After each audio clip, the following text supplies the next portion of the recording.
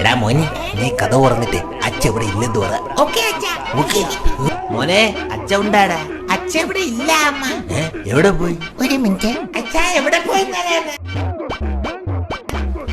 യവനെ ഉണ്ടാക്കിയ പറ്റൂല, കിളിപ്പിലും പോയാൽ മതിയായിരുന്നു. അച്ഛ ജംഗ്ഷനിൽ പോയിന്ന് പറ മോനെ. അയ്യോ മാമ, അച്ഛ ജംഗ്ഷനിൽ പോയി മാമ.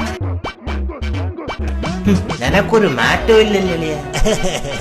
നീ ഇരിയളയാ, ഞാൻ ഒന്ന് കുളിച്ചിട്ട് വരാം. മോനെ ഇങ്ങ് വാ. എന്താ അച്ഛ? മോനെ, അവന്റെ ബേക്കിൽ എപ്പോഴും കണ്ണ് വേണം കേട്ടാ.